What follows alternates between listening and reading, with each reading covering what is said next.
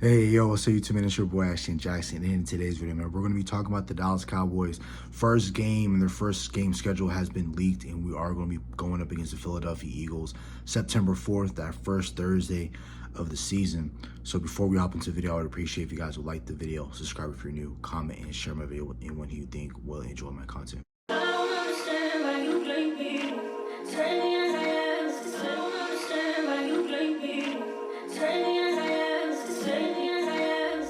So again, I really like that we're playing opening night, and there'll be two reasons why I really like playing on opening night. 2021 was a opening night game that we had against the Tampa Bay Buccaneers, and that game showed me what the Dallas Cowboys were going to be for the rest of the year. I knew that we were, one, going to be competitive against really good teams. Two, I knew that we were going to have a little bit of difficulty up front, defending better interior defenses, because Vita Vea just tore up Connor McGovern and Tyler Biadasz. I knew that was going to be a problem in that weirdest ugly head when we play against San Francisco 49ers and the playoffs. You know, we were very competitive. I knew our defense was young. I knew that we were going to have some relapses, which we did, right? And we didn't figure out what Michael was going to be, but I love the competitiveness in which that we played that first game of the season, and it really dictated how we were going to be for the rest of the season, and I really like that a lot.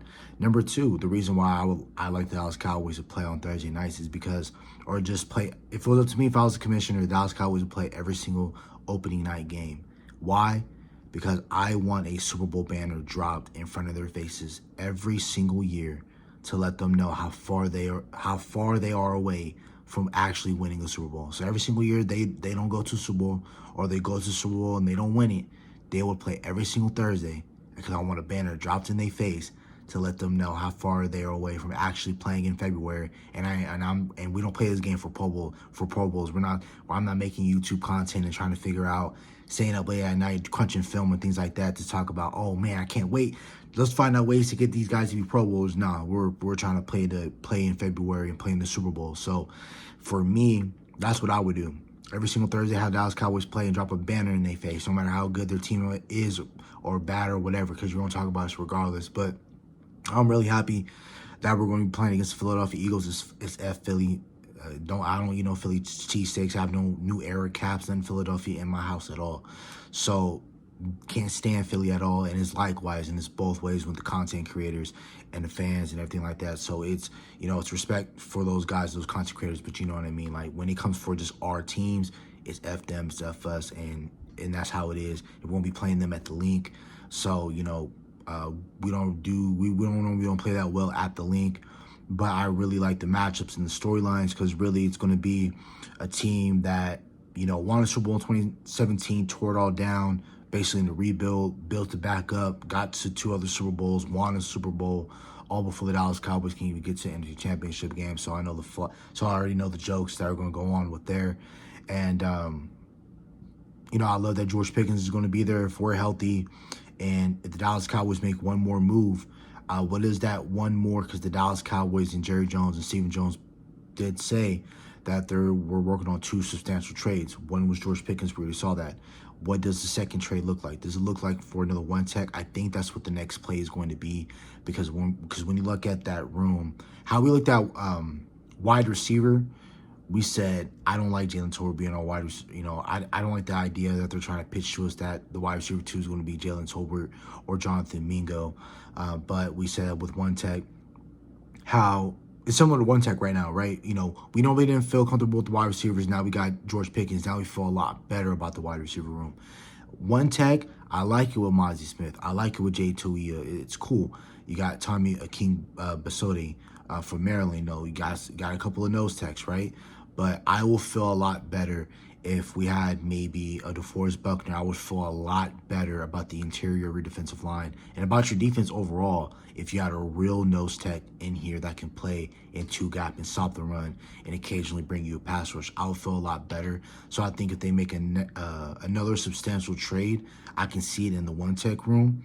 Cornerback room is sneaky. I think a sleeper, like a dark horse, like if they trade for a tight end, like if they trade for, I said Kyle Pitts in my last video, if they trade for Kyle Pitts, or if they trade for another tight end that they like, that they say, you know, this tight end room is cool. I like Jake Ferguson. I like my tight end 1, but we definitely need to upgrade this tight end 2 spot. And if they feel comfortable getting a guy like, I already said his name, Kyle Pitts. The only reason why I bring up Kyle Pitts, former first-round pick, top 4 selected in the 2021 draft class. Trade block, trade rumors, I don't know. But, you know, if the Dallas Cowboys want to bring another tight end and you really want to be a physical smash mouth type of offense, 12 personnel, 2 tight ends being Jake Ferguson and somebody else that you trade for, George Pickens, CeeDee Lamb, and have either Javonte Williams, Jaden Blue, Phil Maffa, whoever you want to have in the backfield, and with Tyler Booker, Tyler Smith, Cooper Beebe in the interior of your offensive line. I would love an under center type of offense more than a shotgun majority. I know that's where a lot of things are shifting, or, you know, that's where the game was played a few years ago where everything's out of the shotgun like college. But if we're an under center football team and we have a legit running game, and you traded for a Kyle Pitts, and you have a Jake Ferguson, and you got George Pickens, and you got CeeDee Lamb, and you're underneath the center, so you don't know if we're going to run, pass. We have so many pass schemes that we can do out of that, so many run concepts we can do out of that.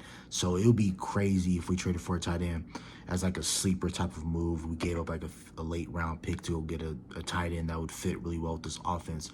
So again, we have so many things ahead for us to look forward to in terms of Wednesday. Already put up the opponents. We already know who we're playing. We already knew who we were playing week 18. We already figured that out. Once we lost to Washington, we already knew who we played. So, again, we play the NFC North. We play the AFC West. Of course, you play your own division. And then you finish third in your division, so you'll play everybody else in the NFC that placed third in their division. So like Arizona, you'll play, and then you'll play the Carolina Panthers again, and then same goes for the AFC. You'll play third place teams in the AFC outside of the conference in which you're already playing, which is the AFC West. That's going to be a very tough division. We're going to have a very tough year, so I really hope and pray that we're healthy, and I hope that these coaches and these players are ready to execute, because we have a tough season on our hand. That's about it for the video. Hope you guys have a nice day. Stay safe, stay blessed. Bye.